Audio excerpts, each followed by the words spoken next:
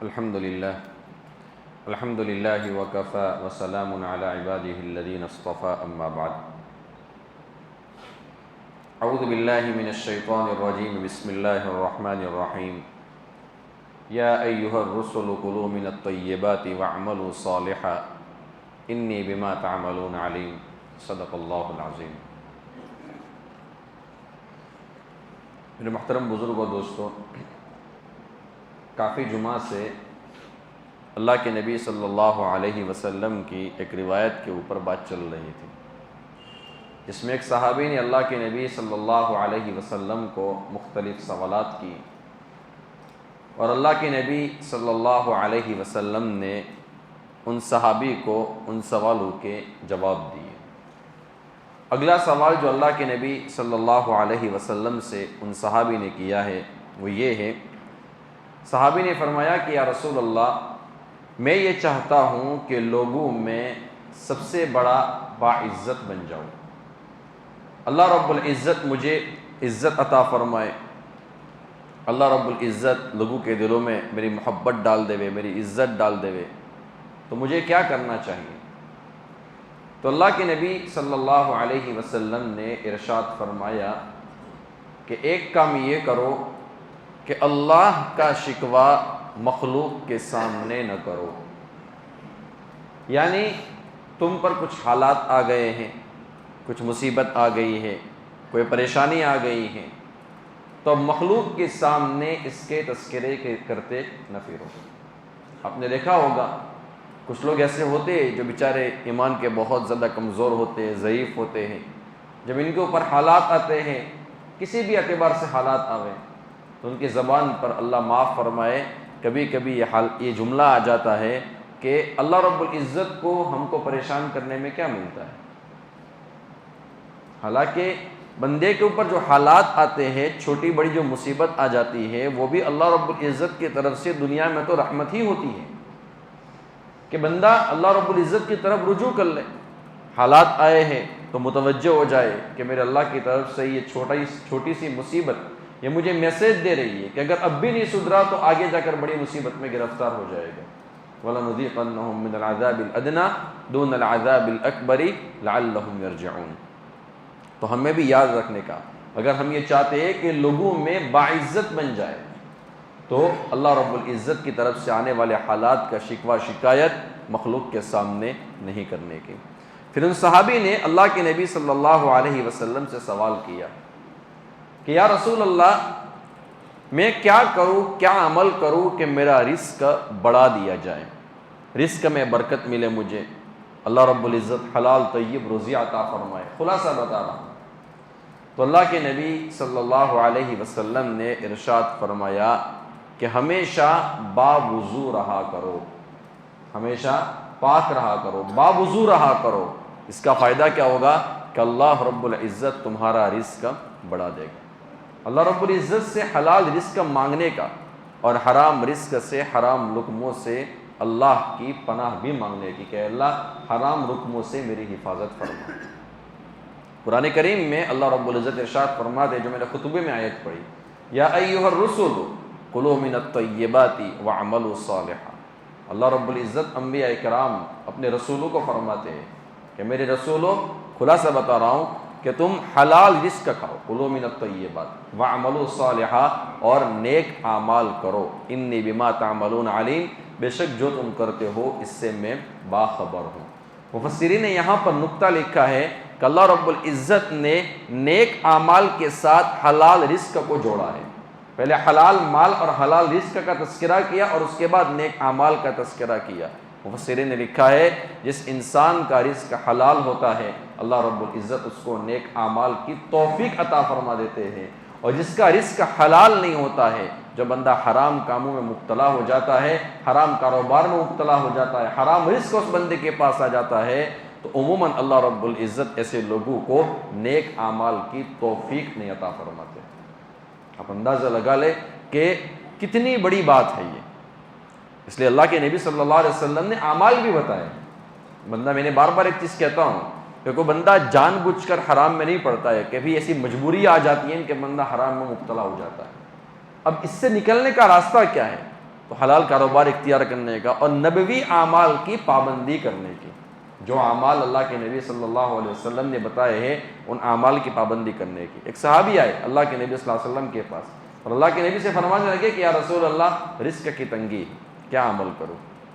تو اللہ کے نبی صلی اللہ علیہ وسلم نے فرمایا کہ جب تم گھر میں داخل ہو تو سب سے پہلے سلام کرو، خلاصہ بتاؤں، سب سے پہلے سلام کرو، اس کے بعد میرے اوپر ایک مرتبہ درود پڑھو، اور تیسرا کام کیا کرنا ہے کہ تم کو سورہ اخلاص پڑھنی ہے، قل هو اللہ احد اللہ الصمد لم یلد ولم یولد ولم یکن لہ کفوا احد۔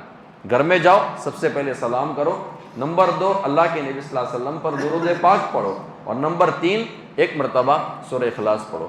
صحابی چلے گئے، انہوں نے عمل کرنا شروع کیا، تھوڑے دن کے بعد واپس آئے اللہ کے نبی صلی اللہ علیہ وسلم کے پاس، تو اللہ کے نبی سے فرمانے لگے یا رسول اللہ جو عمل آپ نے مجھے بتایا تھا اس عمل کا فائدہ یہ ہوا، پہلے میں بہت غریب تھا، میرے پر فقر و فاقہ تھا، بہت حالات خراب تھے، اب اللہ رب العزت نے مجھے اس عمل کی برکت سے اتنا رزق عطا فرمایا ہے کہ میں خود بھی کھاتا ہوں اور اڑوس پڑوس اور رشتہ داروں کو بھی میں کھلاتا ہوں۔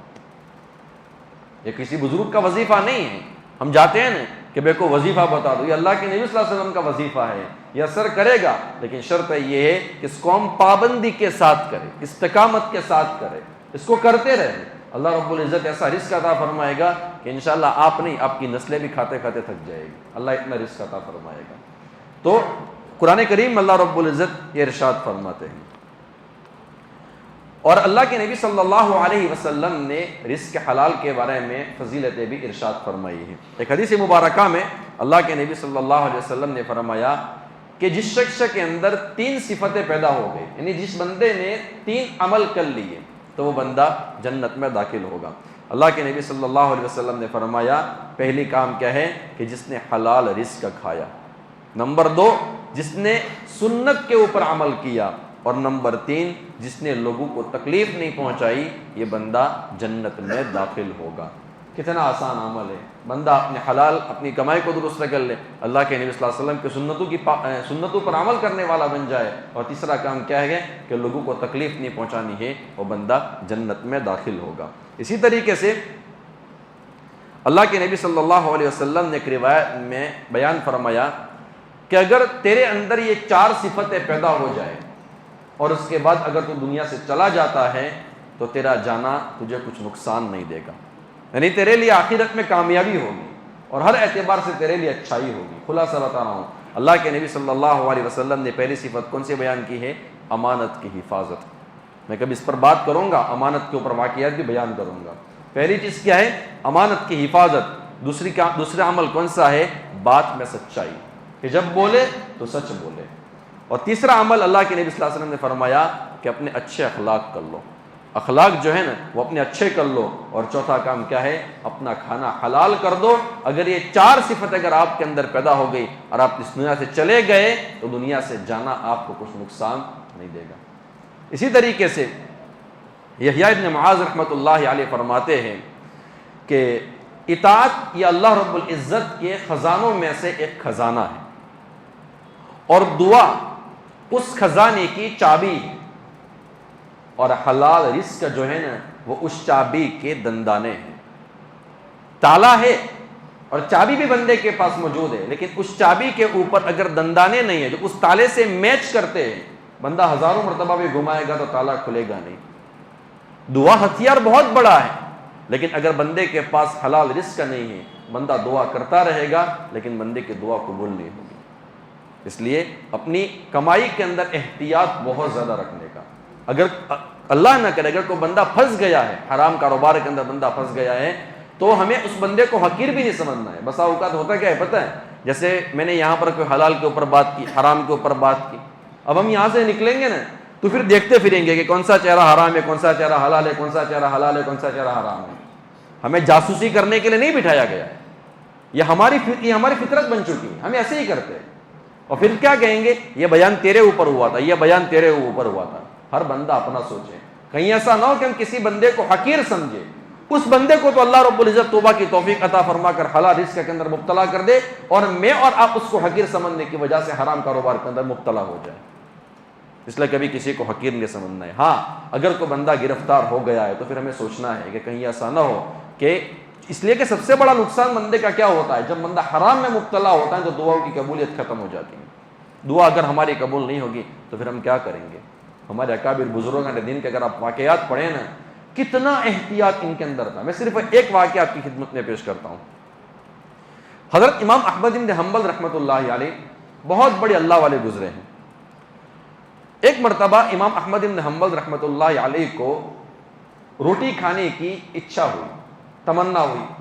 گھر والوں سے کہا تو کوئی مخصوص قسم کا آٹا تھا جو ان کے گھر کے اندر نہیں تھا. چنانچہ حضرت امام احمد بن حنبل رحمۃ اللہ علیہ کی اہلیہ نے اور ان کے گھر والوں نے، ان کا بیٹا الگ مکان میں رہتا تھا، تو ان کے گھر پر بھیج دیا کہ بھئی آٹا کھانے کی ضرورت ہے، آپ کے والد صاحب کو روٹی کھانے کی ضرورت ہے، ہمارے گھر میں آٹا نہیں ہے تو ذرا آٹا بھیج دو. تو بیٹے نے آٹا بھیج دیا. امام احمد بن حنبل رحمۃ اللہ علیہ کو کشف کے ذریعے سے معلوم ہو گیا کہ یہ جو رزق ہے نا، یہ مجھے چبھتا ہے، یہ مجھے ایسا لگتا ہے کہ میرے لیے حلال نہیں ہے، میرا تقوی اس کو منع کرتا ہے. چنانچہ امام احمد بن حنبل رحمۃ اللہ علیہ نے اپنے گھر والوں سے پوچھا کہ آٹا کہاں سے لائے، چونکہ گھر میں تو نہیں تھا. تو انہوں نے بتایا کہ ہمارے بیٹے کے گھر سے ہی ہم نے آٹا منگوایا ہے.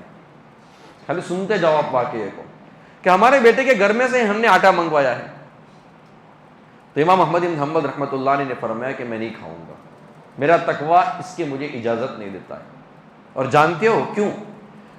جب ان سے وجہ پوچھی گئی نا تو فرمانے لگے کہ میرا بیٹا قاضی ہے، جج ہے، اور اس کا جو وظیفہ جو آتا ہے، جو اس کی تنخواہ آتی ہے، وہ بیت المال سے آتی ہے. اور بیت المال اس وقت جو ہمیں نظر آتا ہے وہ مشکوک نظر آتا ہے، اس لیے میرا تقوی مجھے اس کی اجازت نہیں دیتا ہے، اس لیے میں اس روٹی کو نہیں کھاؤں گا. حالانکہ ان کا بیٹا کوئی معمولی بیٹا نہیں تھا، وہ کتنا فرما بردار تھا اپنے والدین کا پتہ ہے. امام احمد بن حنبل رحمۃ اللہ علیہ کے کمرے میں وہ بیٹا دروازے کے اوپر سوتا تھا، باوجود یہ کہ اس کے پاس اپنا مکان تھا. وجہ پوچھی گئی کہ آپ اس طریقے سے کیوں کرتے ہو، کیوں اپنے والد صاحب کے پاس سوتے ہو؟ فرمانے لگے کہ کہیں میرے والد صاحب کو آدھی رات کو میری کوئی ضرورت پیش آ جائے تو میں فوراً حاضر خدمت رہوں. اتنا نیک تھا، لیکن قاضی تھا، بیت المال جو اس کا وظیفہ آتا تھا. امام احمد بن حنبل رحمۃ اللہ علیہ نے منع کر دیا. جب گھر والوں نے پوچھا کہ آپ کو تو نہیں کھانی، اب اس روٹی کو کیا کریں، ہم غریبوں کو دے دیں. اب امام احمد بن حنبل کا تقویٰ دیکھے. میں بار بار کہتا ہوں کہ اپنے بزرگان دین کی زندگی کو ہم پڑھے اور دیکھیں کہ ہمارے بزرگان دین کیسے تھے. تو فرمانے لگے کہ ہاں فقیر کو دے دینا، لیکن فقیر کے سامنے پوری وضاحت رکھ دینا کہ یہ روٹی ہمارے گھر میں ہم نے پکائی تھی، ہمارا بیٹا اس طریقے سے جج ہے، اس کی تنخواہ بیت المال سے آتی ہے اور ہمیں اس میں شک نظر آتا ہے، ہمارا تقویٰ ہمیں اس کی اجازت نہیں دیتا ہے، اس لیے ہم یہ روٹی آپ کی خدمت میں پیش کرتے ہیں. چنانچہ فقیر آیا. فقیر بھی اس زمانے میں بہت نیک تھے. جب ان کے گھر والوں نے اس طریقے سے پوری وضاحت کے ساتھ معاملہ پیش کیا نا تو فقیر نے کہا کہ مجھے بھی نہیں کھانی ہے. جب ہمارے امام نہیں کھاتے تو ہم کیوں کھائیں؟ اس نے کھانا چھوڑ دیا. تو گھر والوں نے امام احمد بن حنبل کو پوچھے بغیر اس روٹی کے ٹکڑے کو دریا کے اندر ڈال دیا. بعد میں امام احمد بن حنبل رحمۃ اللہ علیہ نے پوچھا کہ کیا ہوا اس روٹی کے ٹکڑے کا؟ فرمایا کہ ہم نے فقیر کو دیا تو فقیر نے منع کر لیا تو ہم نے دریا کے اندر اس روٹی کے ٹکڑے کو ڈال دیا. کتابوں میں لکھا ہے کہ امام احمد بن حنبل رحمۃ اللہ علیہ نے اس کے بعد سے لے کر اپنی زندگی کی آخری سانس تک مچھلی کھانا چھوڑ دیا کہ کہیں ایسا نہ ہو کہ اس روٹی کا ٹکڑا اس مچھلی کے پیٹ میں چلا گیا ہو جو حرام تھا اور وہ مچھلی میں کھا جاؤں اور میرے پیٹ میں وہ لقمہ آ جائے تو کہیں ایسا نہ ہو کہ اس کی وجہ سے میرے دل کے اندر ظلمت چھا جائے،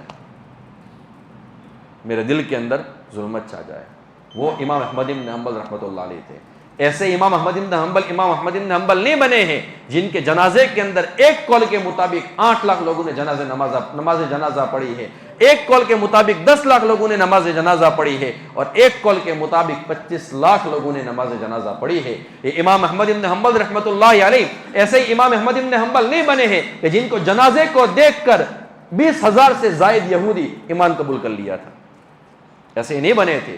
امام احمد بن حنبل رحمۃ اللہ علیہ کا انتقال ہو گیا، قبر میں دفن کر دیا گیا۔ 230 سال کے بعد ایک نیک بندے کا انتقال ہو گیا۔ جب اس کی قبر کو کھود رہے تھے تو اتفاق سے امام احمد بن حنبل رحمۃ اللہ علیہ کی قبر مبارک کھل گئی۔ 230 سال کے بعد دیکھا گیا کہ امام احمد بن حنبل رحمۃ اللہ علیہ کا کفن بھی صحیح سلامت تھا۔